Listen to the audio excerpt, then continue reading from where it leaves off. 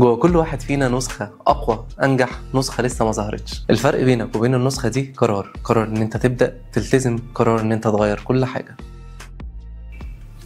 أنا محمد أشرف، مدرب معتمد، وهساعدك إن أنت توصل لهدفك بخطة تدريبية معينة، بخطة تغذية مخصوصة ليك، وهمشي معاك خطوة بخطوة أونلاين لحد ما توصل لحلمك. خلي هدفك حقيقي وابدأ الرحلة. مشاهدينا الكرام، أهلا بكم في حلقة جديدة من برنامج الرياضة والتغذية. كنا اتكلمنا في الحلقات اللي فاتت او في الحلقه اللي فاتت تحديدا عن حاجه اسمها التشوه القومي، بس انا قلت عنه نبذه مختصره كده. قلت لك هو ممكن يجيلك من ايه، وقلت لك شكله بيبقى عامل ازاي. لكن انا النهارده هقول لك انت تعرف منين اذا كان عندك تشوه قومي ولا لا، وازاي تعالجه، وايه التمارين المعينه اللي لو استمريت عليها تعالج الموضوع ده نهائي، وايه الحاجات اللي انت تعرف ان هي تشوه قومي في شكل جسمك نفسه او في العظم نفسه فمحتاجة تدخل من دكتور. انا هكلمك من وجهة نظر رياضية مش من وجهة نظر طبية.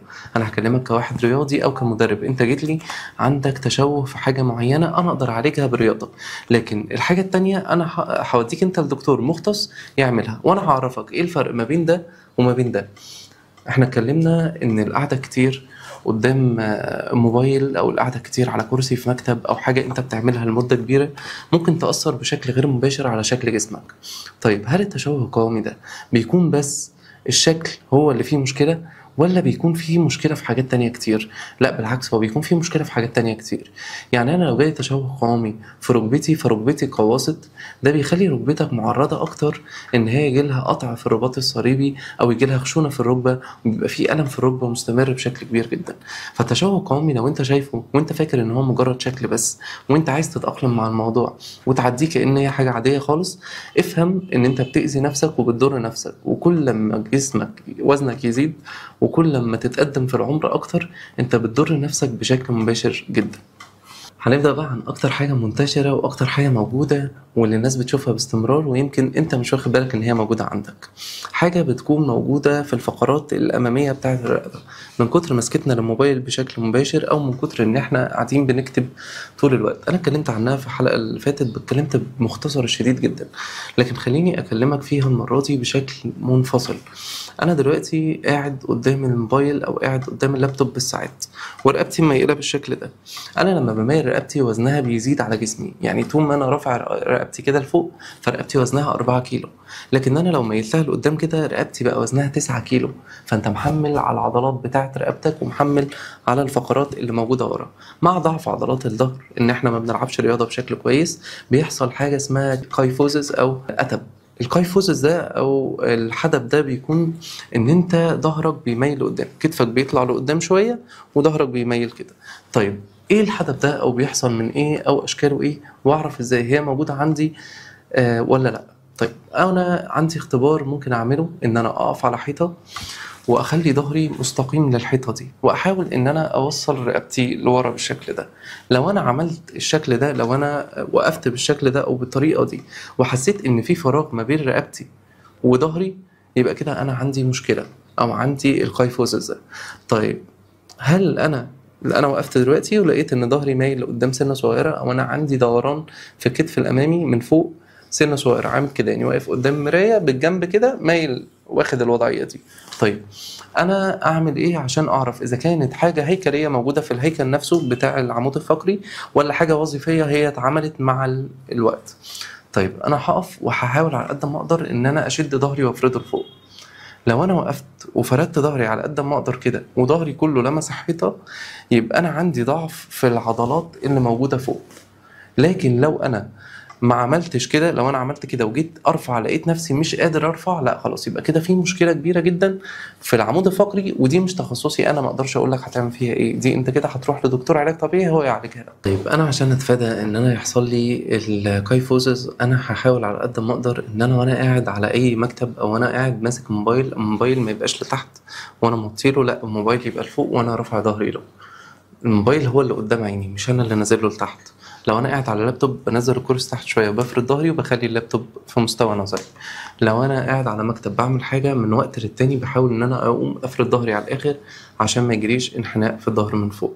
طيب خليك عارف ان دي سببها بيكون ان انت عندك ضعف في عضلات الظهر اللي فوق. فعشان نعالجها احنا محتاجين نعمل تمرينات ليها علاقة بتقوية العضلات بتاعة الكتف والظهر من فوق، الكتف الخلفي والظهر. انا هسيبك شوية مع التمرينات تبص عليها كويس وتفهمها، وهسيب لك تمرينات فعالة تتفرج عليها و... وتعملها بالظبط كل يوم لمدة 30 ثانية 5 مرات، وان شاء الله هتلاقي نتيجة كويسة جدا.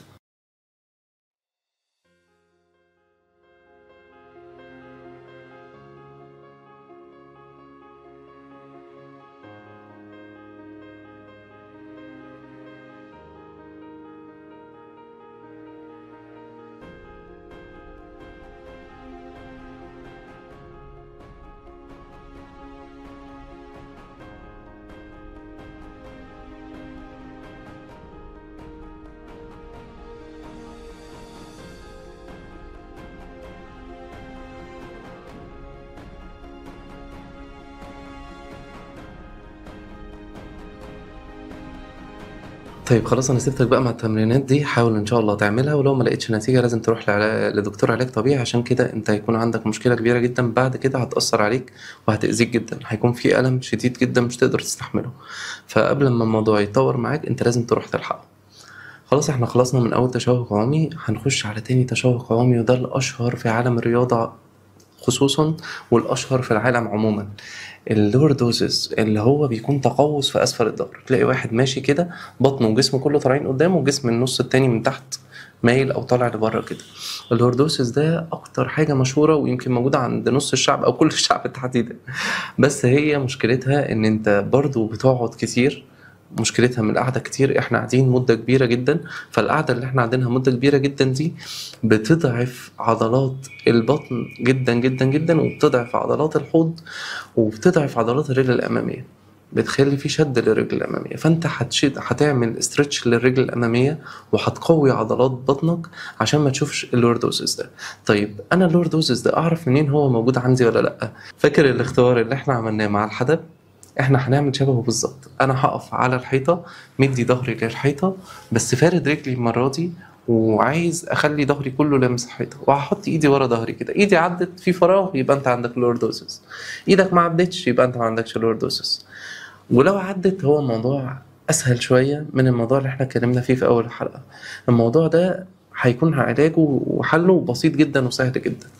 شوية تمارين صغيرة انت هتعملها في البيت هتقوي بيها عضلات بطنك، وشوية تمارين صغيرة هتعملها هتلاقي الموضوع اشتغل معاك بمنتهى البساطة. اللوردوسز مش حاجة هتقريفك أو حاجة تقعد معاك العمر كله، ولكن هي حاجة لو انت سبتها موجودة هتأذيك أذى بشكل كبير جدا، لأن هي ممكن تجيب لك مشاكل كبيرة جدا في العمود الفقري، ممكن توصل إن أنت يجيلك غضروف، ممكن توصل إن أنت يجيلك مشاكل أنت مش هتقدر تستحملها، مش هتقدر تقوم من على السرير. طول ما انت سايب الموضوع عندك والموضوع عمال يتطور، انت هتلاقي نفسك في حتة تانية خالص. هسيبك برضو مع شوية تمارين مع اللوردوسس هتسهل عليك الموضوع خالص، وهتخلي الموضوع يبقى بسيط. وزي ما اتفقنا برضو 30 ثانية في 5 مجموعات كل يوم لمدة شهر، وإن شاء الله هتلاقي نتيجة كويسة جدا. ما لقيتش نتيجة مع التمارين اللي أنا هسيبها لك شوية على الشاشة اللي أنت هتتعلمها، حسيت إن مفيش نتيجة معاهم، الأفضل إن أنت تروح تزور دكتور.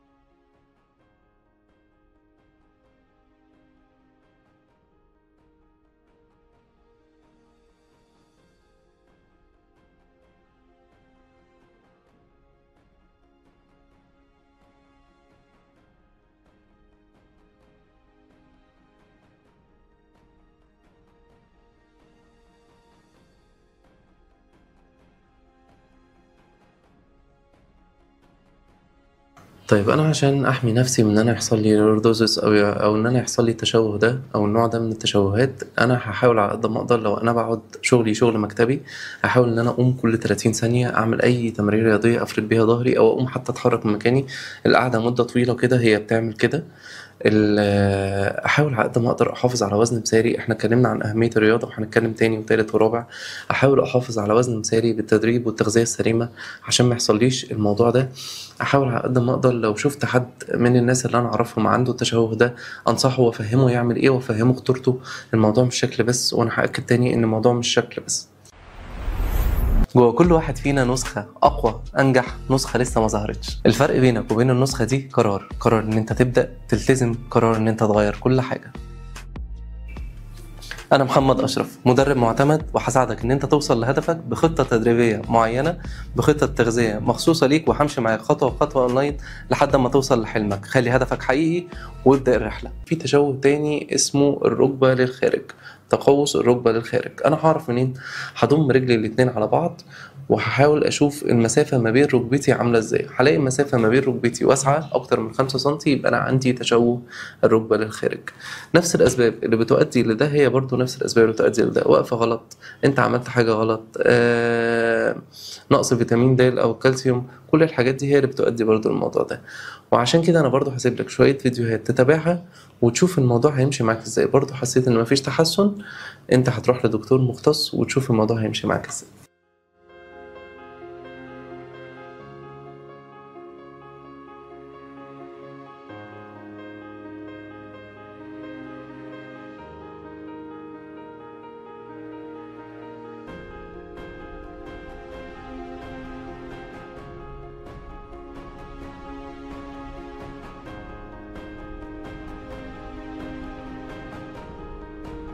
كده احنا عرفنا التشوهات القومية، وانا بقول لك الموضوع من وجهة نظر رياضي مش من وجهة نظر طبي. انت هتاخد الكلام ده وتشوفه وتعرضه وتشوف الحاجات اللي انا عملتها وتتابعها واحدة واحدة. حسيت ان مفيش اي تحسن، لازم تروح لدكتور وتفهم ان التشوهات القومية دي هي مشكلة كبيرة جدا ومش بس شكل. لازم تفهم كده كويس. فاصل صغير وهنرجع لبعض تاني. جوه كل واحد فينا نسخة أقوى أنجح نسخة لسه ما ظهرتش. الفرق بينك وبين النسخة دي قرار إن أنت تبدأ تلتزم، قرار إن أنت تغير كل حاجة. أنا محمد أشرف، مدرب معتمد، وهساعدك إن أنت توصل لهدفك بخطة تدريبية معينة، بخطة تغذية مخصوصة ليك، وهمشي معاك خطوة بخطوة أونلاين لحد ما توصل لحلمك. خلي هدفك حقيقي وابدأ الرحلة. ورجعت لكم تاني من فاصل، وهتكلم معاكم في حاجة مهمة جدا وهي مقاومة الأنسولين. مقاومة الأنسولين مرض خطير جدا وهو موجود عند ناس كتير جدا. خلينا نفهم إيه سبب المقاومة وإزاي إزاي نعالجها، وهل هي أصلا ينفع تتعالج من غير ما أروح لدكتور؟ أقدر أنا أعالجها في بيتي ولا لأ؟ طيب إيه هي مقاومة الأنسولين؟ مقاومة الأنسولين هي إن أنا باكل نشويات وسكريات بكمية كبيرة جدا، فالانسولين بيبقى موجود في جسمي، فجسمي خلاص هو دخل كميه انسولين كتير، فالبنكرياس عمال يعني ينبض كده يطلع انسولين. الانسولين ده المفروض ان هو ليه وسيله مواصلات اللي هي الدم، بتاخده تنقله توديه للعضلات. العضلات فيها زي خليه او مستقبلات الانسولين. مستقبل الانسولين ده عامل شبه المقبض كده، بيفتح ويقفل. انت بيخبط الدم يفتح دخل يروح جاي قافل، خلاص الموضوع انتهى. تمام. ده كده شكل الانسولين لو احنا كلنا حاجه واحده مسكره او كلنا حاجه صغيره بسيطه مسكره. لكن لو انا بقى اكلت كتير وورا بعض سكر، واحد بياكل سكريات في اليوم كتير جدا ومعاها نشويات وفواكه ومش عارف ايه، بتحصل العمليه اللي انا بقول لك عليها دي. فالخليه من جوه بتتملى، وبعد ما تتملى تروح جايه خليه قافله. يجي الدم عشان يخش، الخليه قافله مش عايزه تفتح، او بمعنى اصح مستقبلات بتاعه الانسولين دي حصل فيها مشكله، فحصلت حاجه اسمها مقاومه الانسولين. والانسولين بقى موجود في دمك، ما بقاش جوه الخلايا او ما بقاش بيتنقل جوه العضلات، فبقت تحصل مشكله كبيره جدا اللي هي ان انا كل حاجه باكلها حتى لو حاجه دي صغيره او بكميه صغيره فهي هتخني وهتزود وزني. طيب المقاومة دي هي سكر من النوع التاني، وهو مش بس مشكلة بتواجهك وبتزود لك وزنك، لا ده هي كارثة بمعنى الكلمة، لأن هو مرض خطير جدا جدا جدا. انت على وشك ان انت تخش في سكر، دي مصيبة. انت مش بتعالج نفسك من المقاومة عشان انت عايز تخس، لا انت بتعالج نفسك من المقاومة عشان تطلع من المشكلة اللي انت اتحطيت فيها. ده مرض ومرض خطير ولازم نتعالج منه. طيب اعرف منين اذا كان عندي مقاومة ولا لا؟ في حاجات بسيطة جدا احنا ممكن نعرف منها احنا عندنا مقاومة ولا لأ بمنتهى البساطة واحنا قاعدين في البيت. أول حاجة بيكون فيه هنا خطوط سوداء أو زوايد جلدية لونها بني كده، بيطلع لك حاجات صغيرة هنا لونها بني. بيبقى محيط بطنك كبير جدا، معدي ال 88 سنتي. بيكون عندك اسمرار تحت الاندر ارم، يعني بيكون في اسمرار كده في اماكن معينه في الجسم اللي هو الاندر ارم والرقبه، بيطلع فيها زي حبوب صغيره او بيطلع فيها خطوط. وتقيس محيط وسطك تلاقيه وصل ل 88 او 88 سم، معدي 88 خلاص، يبقى انت كده خلاص في مقاومه انسولين.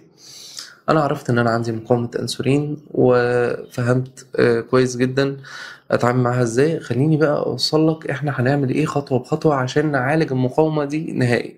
اول حاجه لازم تفهم ان احنا دلوقتي في مرحله مفيش فيها اي نوع من انواع الرفاهيه. يعني مفيش حاجه اسمها ايه، لا والله انا مش قادر، انا لازم اكل سكر، انا مش قادر ابطل سكر. انت غصب عنك لازم تبطل سكر، لان انت لو ما بطلتش سكر دلوقتي انت هيجيلك مرض السكر، ودي مصيبه برضه. اقعد اقرا عن مرض السكر وافهم خطوره المرض ده عامل ازاي عشان تفهم انت داخل على ايه. فانا مش عايز اخدك ومش عايز اخلي الموضوع يكبر بالنسبه لك، بس انا عايزك تفهم ان المقاومه دي خطيره جدا. انت هتعمل ايه بقى؟ انت هتصوم، لان الصيام بيخلي جسمك ياخد من مخزون الدهون اللي موجود، وبيصلح الخلايا التالفه او الخلايا اللي فيها مشكله، اللي هي اتقفلت او اللي هي باظت بسبب ان فيها كميه كبيره جدا من الانسولين. الصيام بيعالج الموضوع ده. طيب ايه بقى عدوي في الموضوع ده؟ عدوي هو النشويات والسكريات. هل انا ما اكلش نشويات خالص؟ لا، انا هاكل نشويات، بس انا هقنن الموضوع وهخلي الموضوع بحساب. يعني كل معلقة نشويات بحطها في بقي او كل حاجة فيها نشويات بحطها في بقي هيكون ليها حساب معين، وهتكون مخلي بالك كويس قوي من كل حاجه انت بتعملها. ليه بقى؟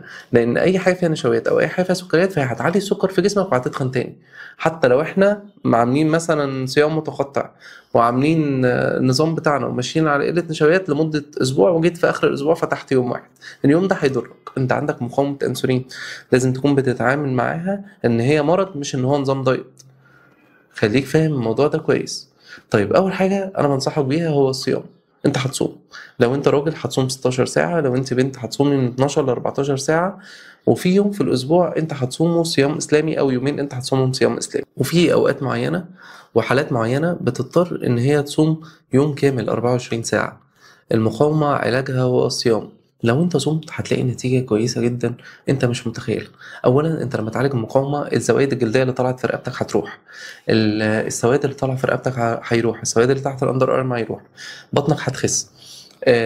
مقاومة عنيدة، يعني مقاومة مش هتخس بين يوم وليلة. انت عندك مقاومة انسولين فهتقرفك شوية عبال ما جسمك بس يتعلم ان هو يرجع يسحب تاني من مخزون الدهون اللي موجود فيه ويفتح تاني مستقبلات الانسولين. فخليك عارف ان الموضوع برضو بياخد وقت شوية. وانا عارف ومقدر كويس قوي ان جسمك بيطلب منك سكر، لان مقاومة الانسولين طول ما الانسولين عالي في جسمك فهي هتطلب منك سكر وهتخليك تجوع. بس انت حاول على قد ما تقدر ان انت تتحكم في الموضوع ده. طب اعمل ايه لو انا حسيت ان في ان انا محتاج سكر، او ان انا محتاج حاجه مسكره، او ان انا محتاج اكل؟ عليك وعلى الميه. الميه مهمه جدا، واي حاجه بتنزل مستوى السكر في الدم فهي هتكون كويسه جدا لينا. زي ايه؟ زي خل التفاح العضوي. خل التفاح العضوي ده ممتاز وسحر لو انت ما عندكش مشاكل في معدتك او في بطنك. لو انت ما عندكش مشاكل في جدار المعده او ما عندكش مشاكل في بطنك فخلي التفاح العضوي ده هيكون سحر ليك، وهيعالجك معالجه قويه جدا جدا جدا من المقاومه، لان الخل ده بينزل مستوى السكر في الدم. اشرب خل التفاح العضوي ازاي؟ هحط معلقه خل تفاح على كوبايه ميه وهشربها، وبعد ما اشربها مضمض بقي ببيكربونات، يا اما هشربها بشاليمو عشان هي بتاثر على حاجه في الاسنان اسمها مينا الاسنان. ممكن اشرب قرفة. القرفة كويسة جدا، الجنزبيل كويس جدا، الشاي الاخضر كويس جدا. انا مش بقول الحاجات دي بتخسس، بس انا بقول الحاجات دي بتساعد على نزول مستوى السكر في الدم، فهي هتساعدك في المقاومة. وهي بتخسس بنسبة صغيرة جدا لو انت عامل دايت صحي، لو انت بتتمرن كويس فالحاجات دي هتساعدك في الحرق، لان زي ما اتفقنا كل ما مستوى السكر ينزل كل ما الحرق في جسمك يزيد. فكده احنا عرفنا كل حاجة عن المقاومة، واتمنى ان انت لو عندك مقاومة انسولين ما تاخدش الموضوع ببساطة، وتفهم خطورة الموضوع، وتفهم ان الموضوع كبير جدا جدا وهيأثر عليك جدا، لان انت فاضلك تكة وتخش على السكر زي ما اتفقنا. خلينا نخش بقى فقرة الأسئلة وجاوب على الأسئلة اللي بتبعت لي. أستاذ عمرو عادل. أستاذ عمرو بيقول إن هو عامل فورمة كويسة جدا، وإن هو بيعرف يبلغ كويس جدا، بس هو عنده مشكلة كبيرة جدا في فترة التنشيف. مشكلة في فترة التنشيف إن هو مش بيعرف يوصل للحاجة اللي هو عايزها أو للوزن المثالي، أو مش بمعنى أصح الوزن المثالي، لكن للحاجة الشكل اللي هو بيحلم بيه. طيب خلينا متفقين، الشكل اللي أنت بتحلم بيه ده لازم يكون أحسن نسخة منك أنت كعمرو. مش الشكل اللي احنا بنشوفه في الموديل والناس اللي احنا بنشوفهم على النت او في التلفزيون، لان الناس دي بيكون حياتهم كلها مكرسة للرياضة وبياخدوا عوامل مساعدة، ولو لقى مشكلة في جسمه هي عيب خلقي او حاجه، فهو بيعالجها بحاجات تانية. يعني هو بيعالجها مثلا بان هو ياخد لها استرويد بشكل معين، او بيعالجها بان هو عمليه تجميل صغيره او مش عارف ايه. فالحاجات اللي احنا بنشوفها دي بتكون بيرفكت 100%، وفي حاجات كتير جدا معموله بالمونتاج والصور والكلام ده كلنا طبعا عارفينه. خلينا نعرف ان احسن نسخه منك عشان توصل لها لازم تعمل دايت لمده كبيره. اللي مكتوب عندي ان عمرو عامل دايت بقاله سنه بس مش شايف نتيجه. بيقول لي انا جسمي كله كويس وانا حاسس ان نسبه الدهون في جسمي قليله. طيب نسبة الدهون في جسمك قليلة، يبقى أنت معرفتش تصفي المية اللي موجودة في جسمك. عشان أعرف أصفي المية اللي موجودة في جسمي، أنا محتاج أشرب كمية مية كبيرة جدا، محتاج أشرب كرفس وبقدونس، شاي كرفس وبقدونس ده مهم جدا، ومحتاج أستمر عليه لمدة ما لا تقل عن 3 شهور كل يوم الصبح وبالليل بكمية كبيرة جدا. ده هينزل المية اللي موجودة في جسمك وهتشوف لنفسك نتيجة كويسة جدا. واضح ان هو فاهم هو بيعمل ايه، لان هو كاتب لي ان هو بياكل نشويات بكميه قليله. فهو واضح ان هو فاهم ان هو بيعمل ايه، بس هي فاتت عليه حته ان هو يشرب ميه بكميه كبيره وان هو ياخد شاي بقدونس. ومعانا السؤال التاني من الاستاذ هشام رمضان، وهو بيسالني بيقول لي انا مش عارف اخد كام زاويه، وهل انا المفروض كل شهر او شهرين ابدل الزوايا دي ولا افضل ثابت عليها لمده معينه؟ السؤال ده قوي جدا وحلو جدا جدا جدا، من اقوى الاسئله اللي جات لي. احنا المفروض ناخد كام زاويه؟ المفروض لو انا شخص مبتدئ اخد من 24 ل 27 زاويه، لو انا شخص متقدم معاك لحد 30 زاويه. يعني ايه شخص متقدم؟ يعني انت عديت في الجيم اكتر من سنه. طيب هل انا المفروض ان انا اغير الزوايا باستمرار؟ يعني المفروض ان انا النهارده بدات بنش مسطح والمره اللي جايه ابدا بنش عالي او العكس؟ ماشي. انا بتكلم باللغه اللي انت بتستعملوها في الجيم، مش هقول لك بنش بريس والكلام ده خلينا نتكلم باللغه الطبيعيه. فخلينا نقول هل انا هقدر اعمل كده ان انا النهارده خدت كذا، المره اللي بعدها اخد كذا، المره اللي بعدها اخد كذا؟ لا. المفروض ان انت تاخد تمرينه وتستمر عليها يعني تفضل موجوده في جسمك وتأثر فيه وتشوف نتيجة ليها، وبعد كده تشوف ثبات ليها، وبعد كده تبقى تغيرها. لكن فكرة ان انت تاخد تمرينة كل مرة مختلفة عن التمرينة اللي قبلها، فدي مش هتفيدك بأي حاجة. وعلى فكرة دي غلطة كبيرة ناس كتير قوي بتقع فيها. المفروض ان انا اثبت على جدول واحد لمدة شهرين مثلا، افضل ثابت عليه، وبعد كده ابقى اغيره لما احس ان مفيش اي تطور من التمرين اللي انا بعمله. طيب انا بحس ان في ناس كتير جدا قديمة من الناس اللي عدت سنتين و3 سنين، هو حابب جدوله وحابب ان هو مش قادر يغيره. اعمل ايه في الوقت ده؟ اغير حاجات تانية زي التيمبو مثلا بتاع التمرين. ايه التيمبو؟ هي سرعة التمرين. هو مثلا ان انا بدل ما العب بسرعة جامدة جدا، لا انا هلعب بالراحة بقى، او العب في الوقت اللي ما بين المجاميع، او حاجات تانية كتير هنتكلم عليها في الحلقات اللي جاية. بس ده سؤال ممتاز جدا. طيب خلينا نخش على السؤال التالت، وحد بيسألني بيقول لي اعمل ايه لو عندي جينات عضلة معينة مش بتبقى كويسة. انا حاسس ان جسمي كله بيطور مثلا، وعندي الكتف الامامي فيه مشكلة، او عندي منطقة الصدر فيها مشكلة. طيب انا اعمل ايه في حاله زي كده؟ حاجه زي كده انا لازم ابص عليك وافهم المشكله موجوده فين، لان كل واحد فينا بيبقى عنده مشكله غير التاني.